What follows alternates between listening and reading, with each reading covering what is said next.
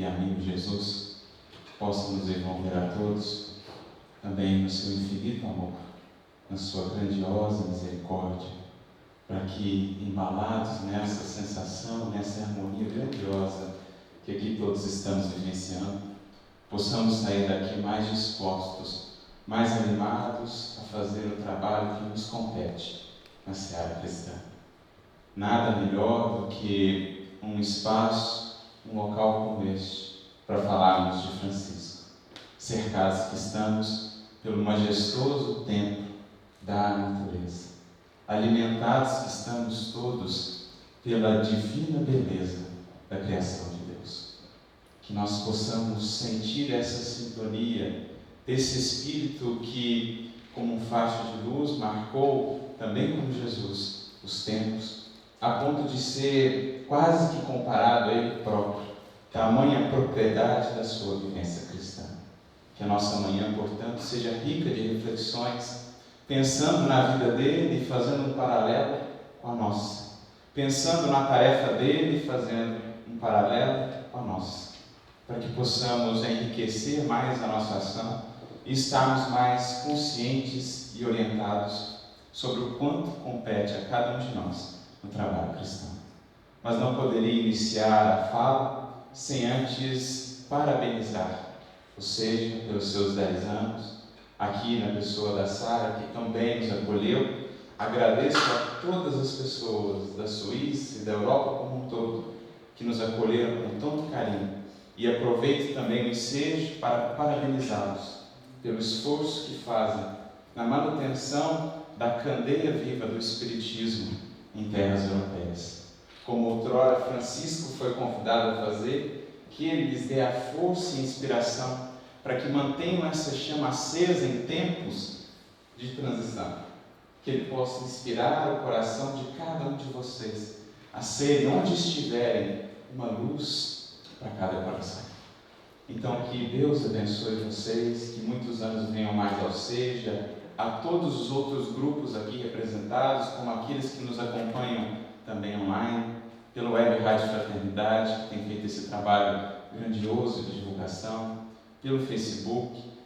Obrigado a Jesus pela oportunidade que aqui estamos tendo de partilhar esse pão da fraternidade do Evangelho, envolvidos pela beleza da criação. E é isso, ou sobre isso, que hoje aqui iremos falar.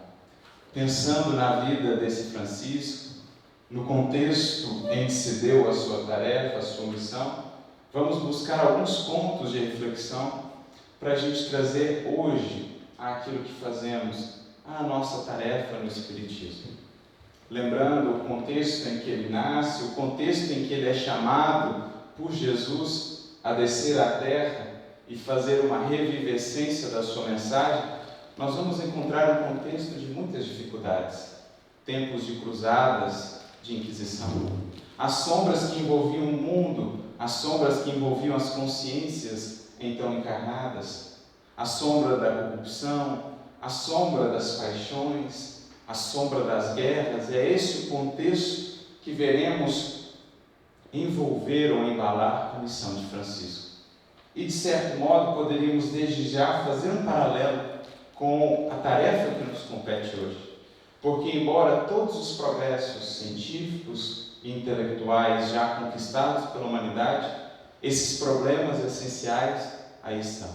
A corrupção, a indiferença, as paixões, os desequilíbrios, que envolviam não só o mundo de então, mas que haviam entrado no próprio seio do cristianismo.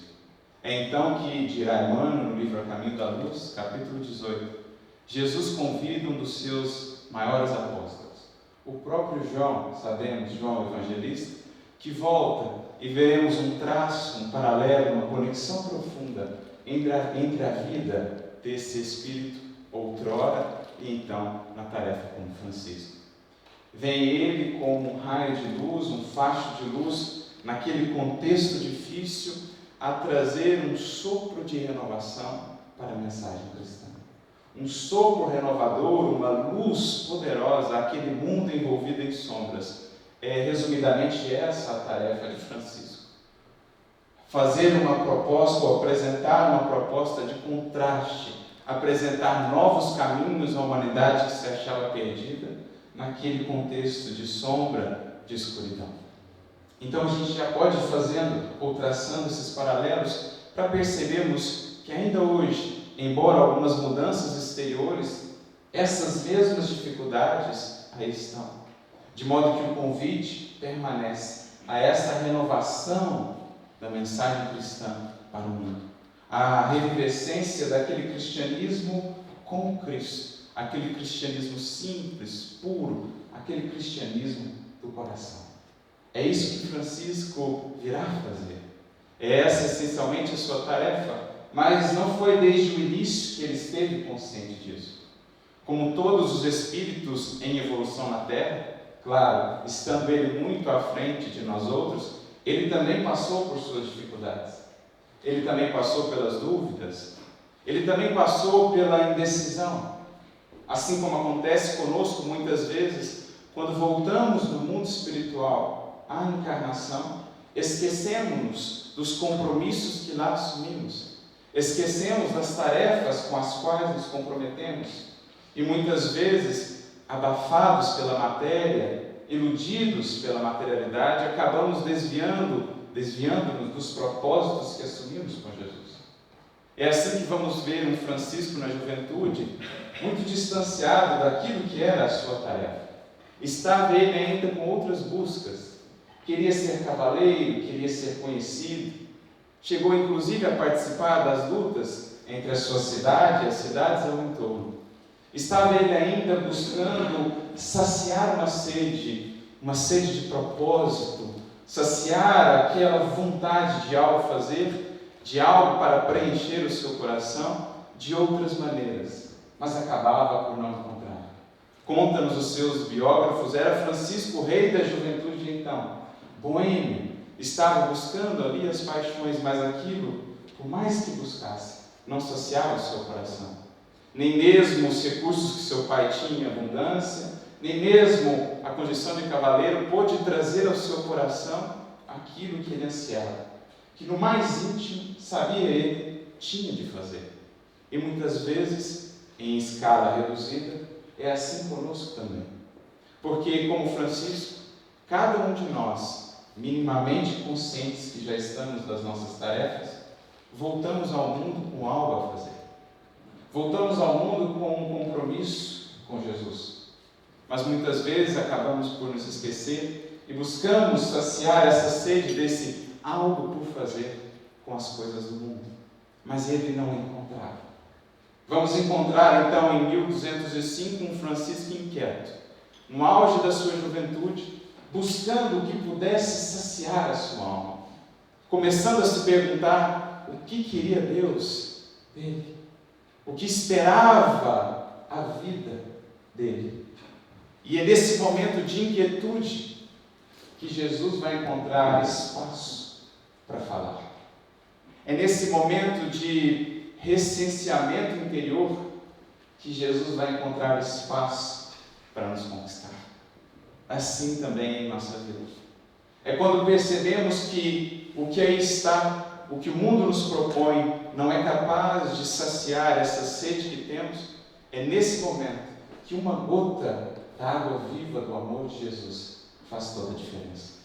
Para aqueles que caminham no deserto da indecisão, no deserto da incompreensão, da dúvida, a água do amor de Jesus tem muito a falar. Foi assim com Francisco, foi assim com o apóstolo Paulo, que também outrora no deserto pôde encontrar a proposta de Jesus, que vinha enfim apresentar a ele um caminho que o poderia saciar. É assim conosco.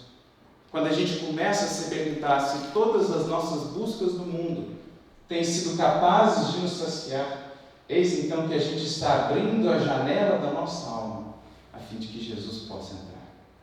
E uma vez provado o sabor, o frescor da água divina do Mestre, não há mais como voltar. Era o que se processava com Francisco. Não sabia muito bem ele ainda tudo o que haveria de ocorrer, mas começava ele a sentir, a ouvir o chamado de Jesus. É nesse contexto de inquietude que Jesus tem muito a falar nos corações. Ainda hoje, quando muitos perdem o sentido, o sabor pela vida, quando muitos não conseguem encontrar isso que os possa preencher, porque essencialmente essa é uma fome de eternidade, de infinito, que não pode ser satisfeita por nada que seja transitório, é nesses momentos que Jesus tem muito a falar à humanidade. Naquele contexto de sombras, de corrupção, tanto no mundo como no seio da própria comunidade de Jesus, que Francisco vai então ouvir aquele que foi um dos marcos na sua vida, o chamado, o convite. Jesus vai lhe dizer: Francisco, vai e reconstrói a minha igreja que está em ruínas. Dirão seus biógrafos, 2 foram os momentos que mais marcaram a sua vida. E o primeiro deles foi justamente esse. Quando, saindo um pouco de si, abrindo a sua alma e a sua intuição para um pouco mais além, buscando expandir-se, ele ouve Jesus, que lhe convida ao seu trabalho essencial. Francisco, vai e reconstrói a minha igreja. Mas não entendamos por igreja a instituição. Entendamos por igreja a mensagem, a comunidade de Jesus. Mensagem esta que havia sido esquecida em sua pureza, em sua simplicidade.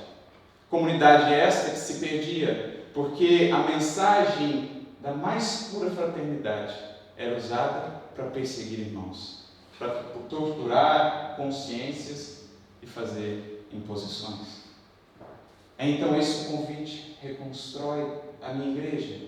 Em outras palavras, recupera, Francisco, o cristianismo naquilo que de fato ele é. Recupera, Francisco, a própria alma dessa palavra, igreja, que do grego nada mais significa do que comunidade, assembleia. Recupera e mostra aos corações, Francisco, que o trabalho do cristianismo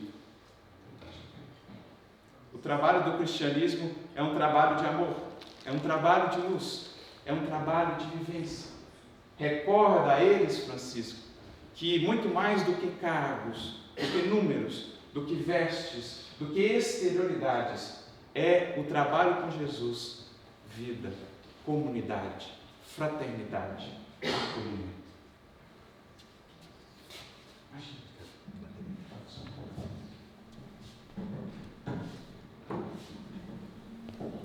Recorda a eles, Francisco, que mais do que exterioridades, mais do que vestes, mais do que números, mais do que cargos, é o meu cristianismo, a minha mensagem, um convite à comunidade, à unidade, à fraternidade, aos laços entre irmãos, ao acolhimento, à união. Recorda e fala para eles, Francisco, dessa igreja, desse cristianismo há muito esquecido.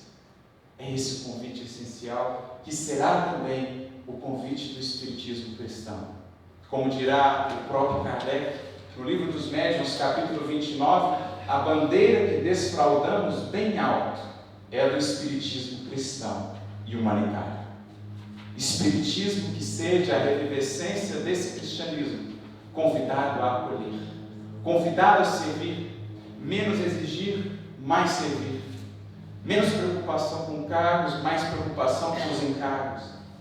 Menos reclamações, mais entrega. Fala para eles, Francisco, desse cristianismo.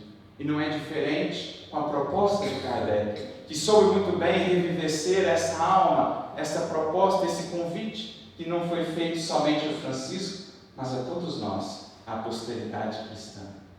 Falemos para o mundo de um cristianismo que seja de fato cristão. De um cristianismo que tenha em sua alma o próprio Cristo. Mais Cristo, menos eu. Menos eu, mais nós.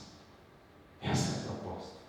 E aí a gente entende o segundo momento que mais marca a sua trajetória, a sua vida. Não sabem os biógrafos qual se deu primeiro. O chamado de Jesus, o convite que ele ouve em São Damião, ou o abraço, o acolhimento que ele terá para com um leproso que enxerga nas planícies de Assis. Ele que estava ainda indeciso, ensobrado, sem saber para onde ir, vê então aquele que era naquele tempo altamente marginalizado. Estava ele a caminhar por aquelas planícies, vê aquele homem, então, movido por uma força, sabe-se lá de onde veio essa força, é impelido a ir em direção a ele, abraçá-lo, acolhê-lo e beijá-lo. Ele que até então nutria uma certa repugnância por aquele indivíduo, por aquela enfermidade. E ali, dirá ele depois, naquele gesto de acolhimento, naquele abraço, o que antes parecia amargo se tornou doce.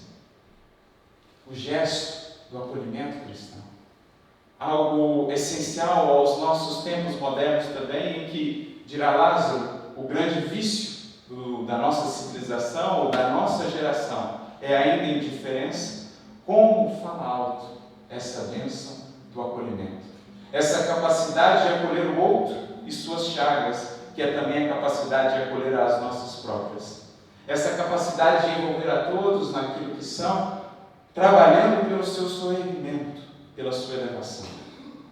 É isso que representa aquele gesto simbólico de Francisco, um bom samaritano que teve também o seu coração movido de íntima compaixão e foi em direção ao caído, ao marginalizado. É o convite que Jesus fazia a ele e a todos nós para esse cristianismo que acolhe o outro com todas as suas chagas. Esse cristianismo que aprende a olhar no outro, para além das aparências, aquilo que é essência, aquilo que é eterno, aquilo que é divino. É então que ele entra nesse mecanismo, ele entra nessa onda agora da inspiração, conduzido por Jesus, e o que antes lhe parecia amargo se torna doce, com o mel que nasce do Evangelho do Cristo. O que antes parecia doce se torna agora amargo, porque é isso que vai se processando conosco na medida que provamos do mel do Evangelho de Jesus. Aquilo que antes nos parecia extremamente sacrificial, extremamente difícil, se converte agora nas bênçãos da alegria de poder servir, de poder amar, de poder se dedicar mais, de poder amar ainda mais, ainda que sejamos menos compreendidos. Aquilo que nos parecia um desafio enorme, perdoar, servir, trabalhar, nos disciplinar, agora, com o Evangelho de Jesus, se faz doce, se faz alimento, que enriquece, que enobrece a nossa alma. Foi isso que ele foi percebendo, e é isso o que nós hoje também, espíritas cristãos que somos convidados a perceber. A importância de sairmos do mundo a acolher cada um como é, com suas chagas, percebendo que não fazendo isso, estaremos ainda também incapazes de nos acolher como somos. É no exercício do amor que tem também, eu desenvolvo também para comigo, o próprio amor. E é no exercício do auto-amor que amplio e me capacito também para o exercício do amor.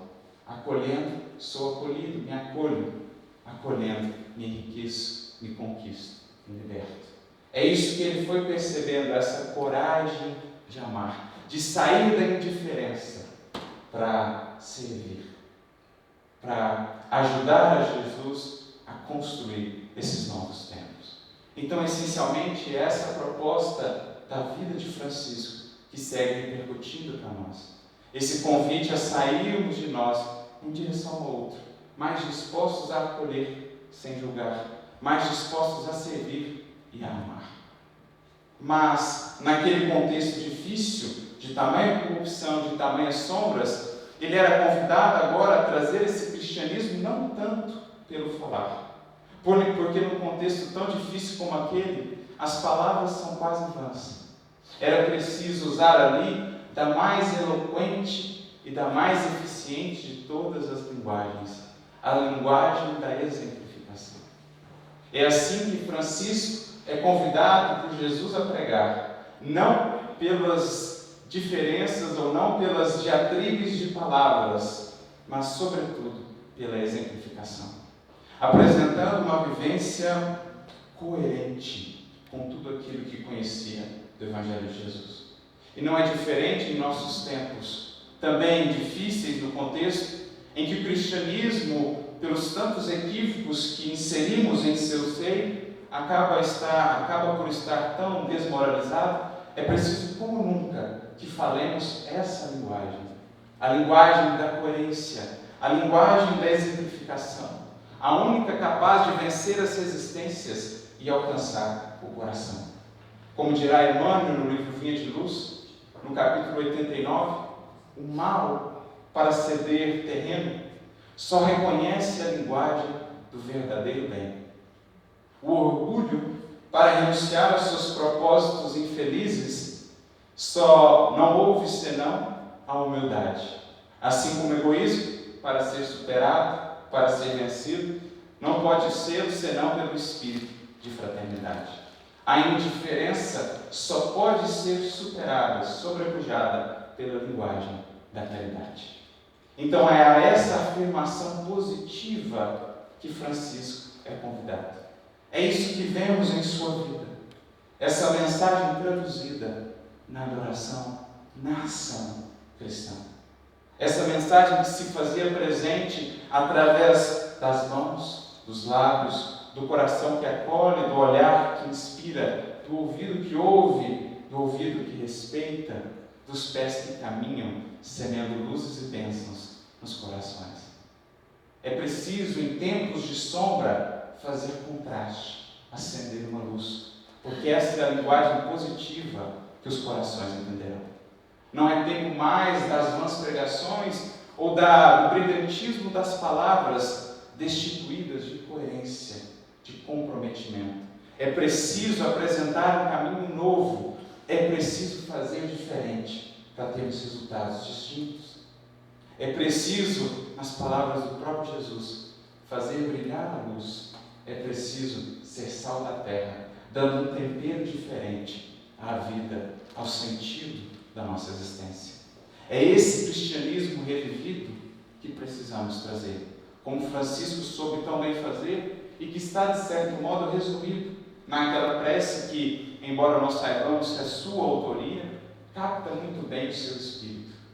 A prece ou oração de Francisco de Assis.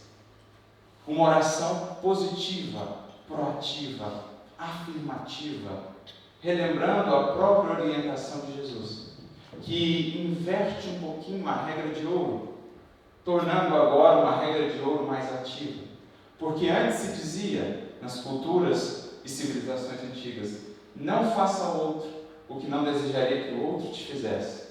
Vem Jesus e diz, faça ao outro o que esperaria que o outro te fizesse. Não mais esperar, mas agir. Não mais aguardar, mas ir em direção ao outro. Afirmação. Não mais não fazer o mal apenas, mas entender que, não fazendo o mal, há espaço, ou melhor, não fazendo o bem, surge espaço para o mal. Lembrando o próprio Kardec e os Espíritos, a nos dizerem no Livro dos Espíritos, na questão 642, fazer o bem no limite das nossas forças, porque respondemos também pelo mal que nasça do bem que não pudermos fazer. Então é isso que Francisco de Assis vai afirmar naquela prece, ou a prece que capta bem o espírito da sua lição e da sua vida. Senhor, fazei de mim um instrumento da sua paz. Ativa o contraste, o caminho diferente, a diferença da coerência. E então ele diz, onde houver ódio, que eu leve o amor. Onde houver treva, que eu leve a luz. Onde houver a incredulidade, que eu leve a fé, e assim sucessivamente, sempre a resposta pelo contraste, a resposta pela luz, que é da lei, sempre vence a sombra. Devotamento, entrega ao trabalho, coerência, mais Cristo em nós, mais Cristo em nosso trabalho. Essa é a primeira parte da oração, que se conjuga com a segunda parte, que é a parte que representa mais a abnegação. O esquecer-se para servir, o despojar-se para enriquecer-se, o doar-se para ganhar. Quando ele diz, Senhor, que eu possa compreender para ser compreendido, perdoar para ser perdoado, amar a fim de ser amado, porque é dando que se recebe. E é morrendo, em outras palavras, entregando a vida que a gente acaba por viver. Essa oração resume muito bem qual a postura, qual o cerne da mensagem de Francisco, que é também o cerne da mensagem cristã, outrora esquecida, mas agora revivido a nós, por Ele e pelo Espiritismo. Relembrando a própria fala do Espírito de Verdade, no Evangelho segundo o Espiritismo, quando dirá devotamento e abnegação. Essas duas palavras são uma prece contínua e resumem em si toda a sabedoria humana. Devotamento e abnegação. Posturas positivas de iluminação de si e do seu redor. Se pararmos para pensar, devotamento e abnegação resumem também a própria oração de São Francisco. A primeira parte é o símbolo do devotamento. Onde houver ódio, que devotados devemos o amor. Onde houver ofensa, que devotados devemos o perdão. Onde houver treva, que devotados devemos a luz. Porque esse é o grande convite do Cristo ao nosso coração. Que sejamos nós aqueles que amam onde outros não puderam amar. Que sejamos nós aqueles que perdoam onde outros não puderam perdoar. Que sejamos nós aqueles que se apagam para servir onde outros não puderam se apagar. Esse é o cerne do ensinamento cristão. Porque senão estaremos fazendo mais do mesmo e os resultados aí estão. É preciso pegar trilhas novas se quisermos chegar em objetivos ou resultados diferentes. E a segunda parte da oração nada mais é do que um hino à abnegação. Quando, esquecendo-nos um pouco de nós, do nosso egoísmo, deixando a caverna do nosso ego, do nosso eu inferior, aprendemos a sair em direção ao outro, em direção ao serviço, em direção ao amor. Esquecendo-nos, somos por Deus lembrados. Esquecendo-nos, somos por Deus utilizados para espraiar por onde passemos o seu amor. Na feliz definição do próprio Cristo, quando nos dizia: quem quiser guardar a sua vida, perdê-la. Mas quem perder a sua vida por amor a mim, haverá de encontrar. A abnegação. Não no sentido de desamor, de indiferença para conosco, mas no sentido de entendermos que é na proposta do acolhimento e do amor que haveremos de nos encontrar. Como dizia também Gandhi, é preciso nos esquecermos um pouco mais no serviço aos semelhantes, a fim de que possamos nos encontrar. E ele, como poucos, soube respirar esse espírito de Francisco na sua tarefa, e por isso fez tanta diferença. Então é essa a primeira e mais fundamental característica da vida de Francisco de Assis.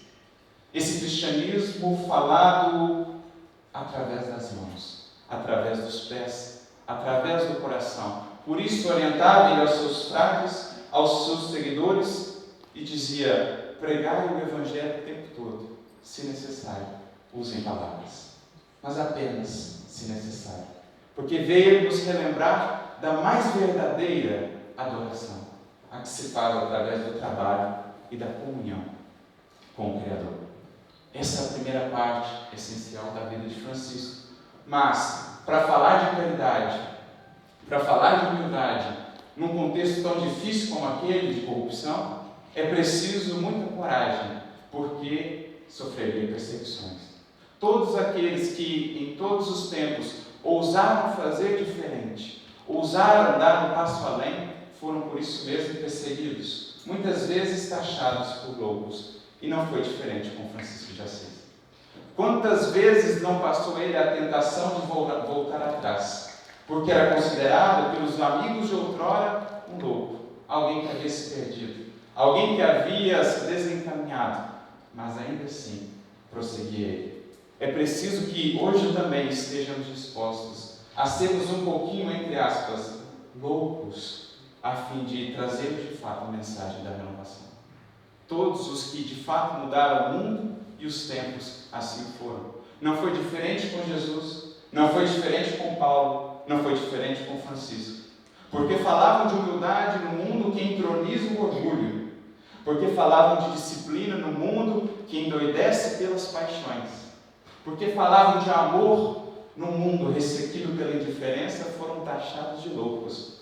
Mas eram os loucos que mudaram o mundo. Como diz o próprio apóstolo Paulo, na sua primeira carta aos Coríntios, capítulo 1, nós pregamos a Cristo crucificado, que é loucura para muitos, mas que para nós recebemos, é o poder de Deus.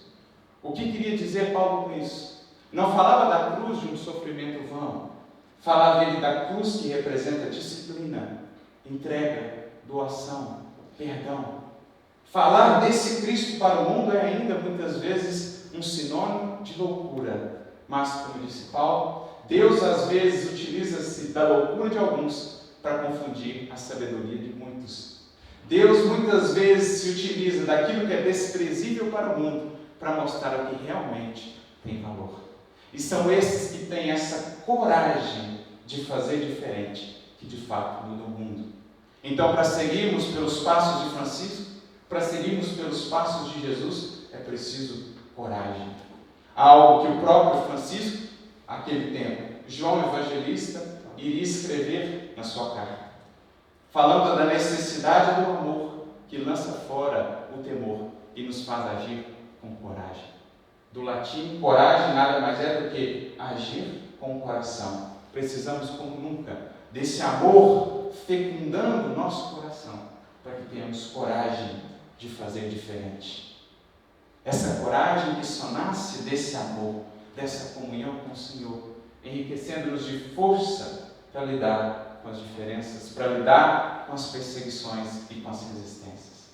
É isso que ele demonstrou, essa coragem de dar um passo a mais, de caminhar uma milha a mais, de ser aquele que abria novos horizontes para o seu tempo e para a humanidade. É essa coragem que pede de nós hoje Jesus, o Espiritismo, para que façamos realmente diferente, embora todas as lutas, embora todas as incompreensões. Tenhamos a certeza, estaremos, embora com dificuldades, semeando luzes, semeando sementes que com o tempo florescerão, com o tempo frutificarão. Porque todos esses que em seus tempos foram chamados de loucos, com o tempo reconhecemos o quanto fizeram por nós e pela humanidade. Então é preciso coragem, agir com o coração, para que a gente tenha de fato uma proposta de renovação para o Espiritismo. Mas como aprendemos, coragem esta que só se alimenta pela caridade. Por uma caridade desinteressada, só é possível agir com coragem quando temos um coração verdadeiramente amoroso, repleto de amor. E é esse o outro grande convite que vemos no franciscanismo, que vemos em Francisco. Essa caridade desinteressada, como o maior tesouro que alguém possa encontrar. Essa caridade que, uma vez provada, redimensiona tudo em nossa vida. O que antes parecia essencial é agora pequenino, secundário, diante do sabor especial da caridade. Caridade humilde, caridade desinteressada, caridade que esteja disposta a amar, ainda que não seja reconhecida. Caridade que esteja disposta a amar, ainda que seja perseguida. Caridade que se nutra, que se alimente, não daquilo que dá, mas daquilo que recebe. Caridade que entenda, enfim, que é Deus atuando em nós, ou através de nós, pelo benefício, ou a benefício da humanidade. Só essa caridade desinteressada, que na definição dos Espíritos é o sublime da virtude, será capaz de alimentar em nós a coragem. A coragem diante das lutas. A força para superarmos cada um dos obstáculos. Caridade desinteressada. Abrirmos mão do reconhecimento. Abrirmos mão dos resultados de nossas ações. Simplesmente nos colocarmos a serviço, em silêncio, na abnegação, semeando, certos de que o que se semeia no amor frutifica, multiplica, retorna ao centro àquele que semeou. Essa é a caridade que precisamos, que o próprio Francisco foi aprendendo a cultivar. Era ele também um espírito, embora muito adiantado, que tinha algo ainda por ir lá. Por isso, certa feita, quando os seus seguidores começavam a tomar outros caminhos diferentes daquele que ele esperava, ele começou a se entristecer. Começou a ficar preocupado com o futuro da ordem, com o futuro da mensagem. Parece que não estão entendendo o que fiz. E então que ele vai buscar conselho, orientação com aquela que foi a sua grande companheira, com aquela que foi a sua grande a sua grande amiga, Clara de Assis. Apresenta a ele as suas dores, a sua insatisfação com aqueles que, embora tendo visto a sua vida, a proposta da ordem, que era a vivência plena do Evangelho, começavam a caminhar por caminhos de distanciamento, de separação. E é então que houve dela um conselho que marcaria profundamente a sua vida e que tem muito a nos dizer. Dirá ela, depois de ouvir o relato: Francisco, diz você que já se despojou de tudo, mas na verdade eu vi que ainda não se despojou de tudo. Tens ainda, Francisco, uma posse, e é isso o que te faz infeliz. Achar-se dono disso, que na verdade não é teu. Essa posse, dirá ela, era a ordem. Achas você, Francisco, que é o dono, que é o criador da ordem dos franciscanos, quando na verdade todo o trabalho pertence a Jesus. Não abdicou você ainda do apego à própria obra. Não abdicou ainda você daquele que é o último dos nossos apegos, o apego ao próprio bem que fazemos, o apego à nossa própria virtude, o apego ao fato de sermos bons. Por isso ela diz: abdica disso, Francisco. Entenda que você foi mais um colaborador, mas que a ordem, como trabalho, pertence a Jesus e, em primeira instância, a Deus. E então serás feliz. Quando percebe isso, que ainda tinha um apego aos resultados do seu trabalho, ele então faz um movimento interior de libertação e se sente então feliz de novo, porque agora era realmente livre. Aprendeu definitivamente a se nutrir do que tinha feito e não do que tinha recebido.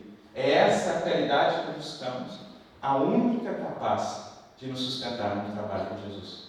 Aquela que não espera nada em troca, mas também uma caridade que nos enriquece tanto, que nos traz tanto em termos de sentido e de plenitude, que tudo mais se torna secundário. Quando alguém encontra essa, que é a pérola divina, o maior de todos os tesouros. Na definição de um espírito protetor, permitam-me ler, está no Evangelho segundo o Espiritismo, capítulo 8, item 19, dirá ele: se tendes amor, possuís tudo o que há de desejável na terra.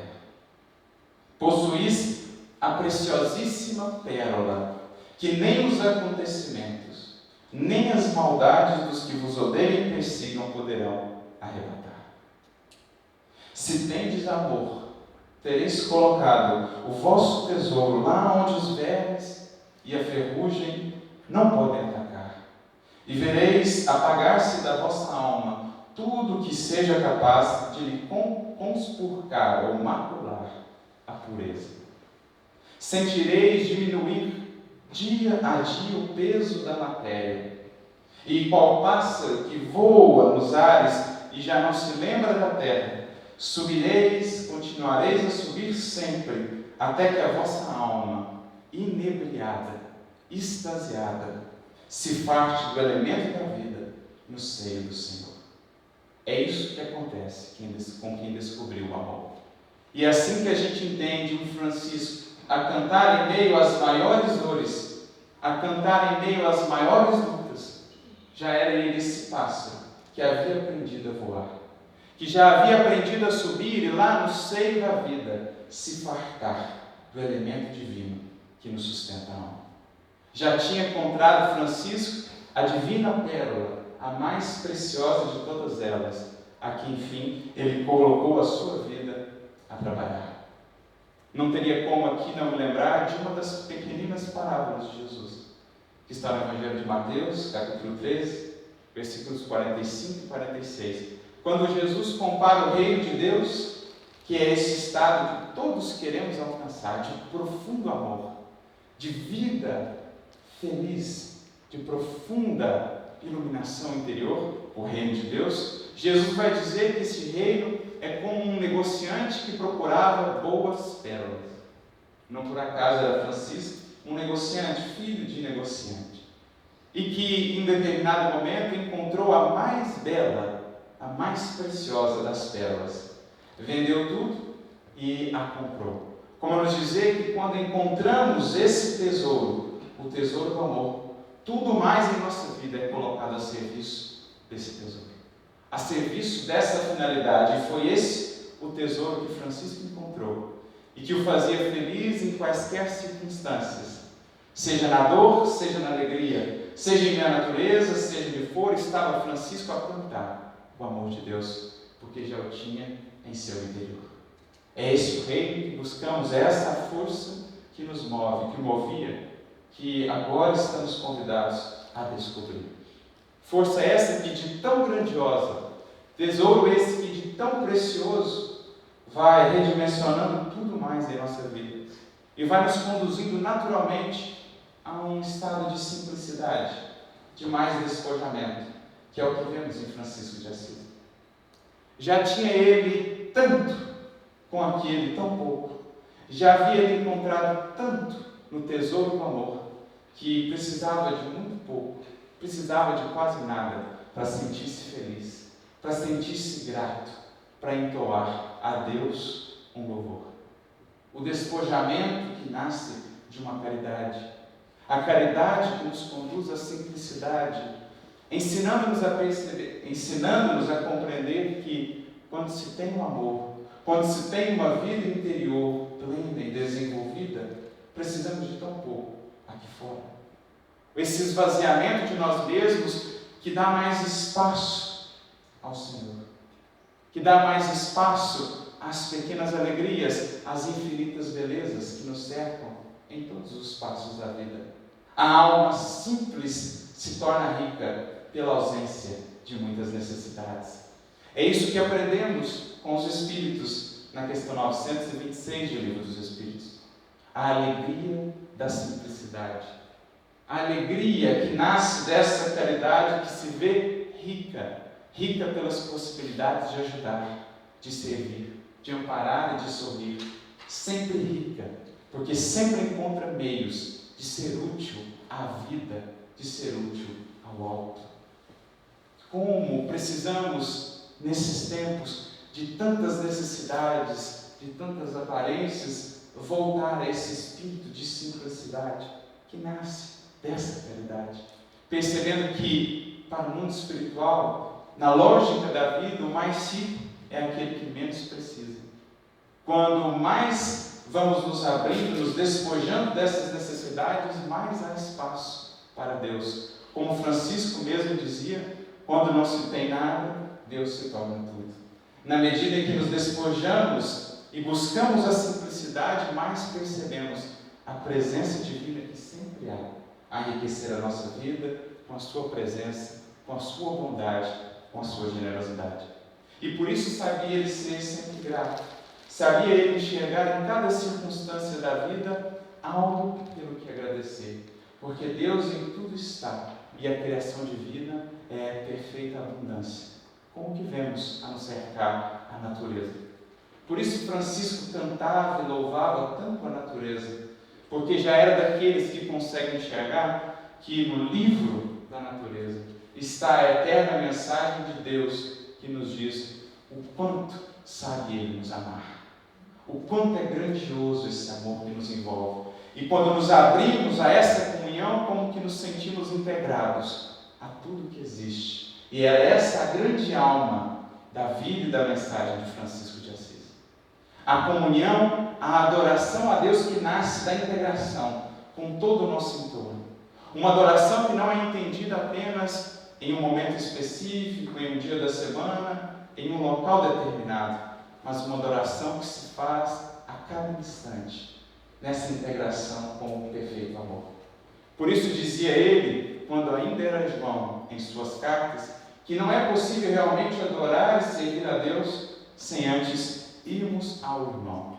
Porque se alguém diz que ama a Deus e não ajuda o seu irmão a quem vê, como poderá amar aquele que ainda não vê?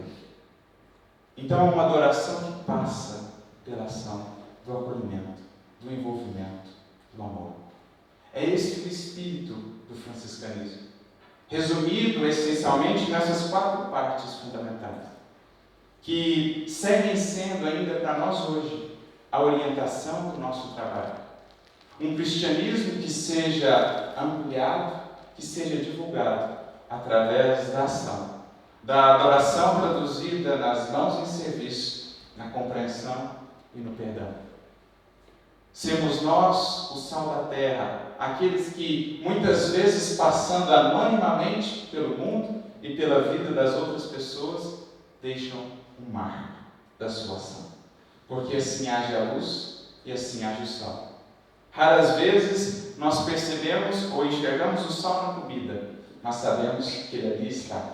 Sabemos quando ele ali não está, porque ele age em silêncio, assim como a luz. Vem, faz o seu trabalho, não espera os louros do agradecimento e segue adiante. É esse o grande convite cristão, da pregação pela vida, coerência, devotamento e abnegação.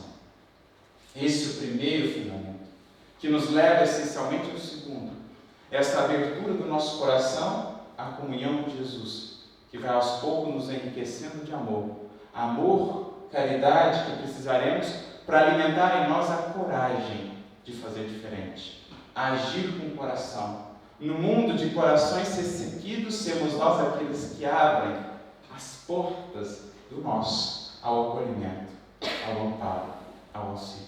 É esse o segundo elemento, coragem, irmãos. Estejamos mais preocupados com o aplauso da consciência do que com o reconhecimento do mundo. Investamos mais na conquista e no desenvolvimento de projetos de vida eterna do que simplesmente as conquistas que aqui temos. Sejamos nós aqueles que abrem novos horizontes ao pensamento do mundo. Coragem. Coragem alimentada por essa caridade desinteressada, que é para nós o tesouro mais precioso que poderemos conquistar. Aprendamos a saborear a doçura do amor. E veremos então aquilo que era amargo se tornar doce. As disciplinas que nos convida Jesus serão doces. O trabalho sacrificial que nos convida Jesus serão doces. As noites muitas vezes estendidas para nos prepararmos, para trabalharmos, serão doces, porque o amor de Jesus estará a adocicar o nosso coração. Sintamos esse amor, sintamos essa doçura, e então veremos que muitas vezes o que antes era doce, agora será amargo. O desatino das paixões, os prazeres buscados em desequilíbrio não mais saciarão a nossa sede, que é essencialmente de Jesus. Como dizia o Chico, certa feita em um evento, quando uma multidão veio vê-lo, adentra ele no recinto e diz: quantas pessoas com saudade de Jesus. Que bom. É essa saudade que temos, é essa sede que temos, que o Evangelho poderá saciar. Então, essa caridade desinteressada, o terceiro pilar da mensagem de Francisco, da mensagem do Espiritismo para o mundo. Caridade essa que, de tão ricos que agora nos vemos, nos levará naturalmente a uma vida mais simples, mais despojada, passando a perceber o tesouro da mãe natureza, passando a perceber o tesouro das horas, das oportunidades, o tesouro da amizade, que é o que realmente preenche a nossa alma. Esses são tesouros ao alcance de todos, mas para os quais o mundo muitas vezes tem estado tão cego, preocupado que está pelas conquistas, pela correria, que aprendamos a ouvir a voz de Francisco a nos convidar. Despojemos, esvaziemos um pouco mais, a fim de que Deus possa o nosso coração habitar. Quando estamos muito cheios das preocupações terrestres, das ilusões do mundo, não há espaço em nós para que Deus possa entrar. Mas na medida em que nos doamos, nos esvaziamos no serviço do amor, então Deus vem preencher e iluminar o nosso mundo interior, nos levando a essa vida simples, despojada e, portanto, feliz. É esse, essencialmente, o espírito de Francisco, que segue convidando os cristãos, depois da sua passagem, a fazer o mesmo. É certo que temos ainda no mundo muitas lutas pelas frentes, muitas dificuldades ainda virão. Jesus não nos prometeu facilidade, prometeu-nos, porém, muito auxílio, muito amparo e muita inspiração. Mas para isso é preciso que cada um de nós, como Francisco, saia um pouquinho de si e ouça lá dentro, no mais íntimo do coração, essa voz que, como convidou a ele, convida também a cada um de nós.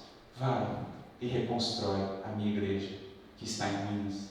Não os templos de pedra do mundo, mas, sobretudo, a igreja do coração, onde se processa a verdadeira adoração no espírito da fraternidade. Não os templos de pedra do mundo, mas essa igreja divina, o mundo como um todo, onde somos convidados a exercer a verdadeira adoração em espírito e em verdade, como disse Jesus à mulher samaritana. Que enriqueçamos desse propósito, dispostos então a superar todas as lutas que virão, reconhecendo que são elas as que enriquecerão a nossa alma da luz imortal. Aceitemos esse convite também para acolher todos, entre aspas, leprosos que cruzam o nosso caminho, a começar por nós mesmos, que ainda temos as nossas chagas no coração. Acolhamos, abrandemos as dores, sirvamos sem perguntar e sem exigir, e estaremos então, de fato, como Francisco, fazendo aquele acolhimento cristão. Por fim, gostaria de recorrer àquelas que foram algumas de suas últimas palavras ainda em vida. Conta-nos a sua biografia, que estava ele já prestes a desencarnar, quando expressou, digamos assim, a sua última vontade aos seus seguidores. E disse ele então: eu fiz a minha parte. Que Cristo vos ajude a fazer a vossa também. E é esse o convite, é esse o chamado, amigos, que fica para nós, após meditarmos sobre a sua vida, que possamos, cada um de nós, fazer a nossa parte também. A cada um de vocês e a cada um de nós, meus amigos, meus irmãos, paz e bem. Que Jesus nos abençoe a todos.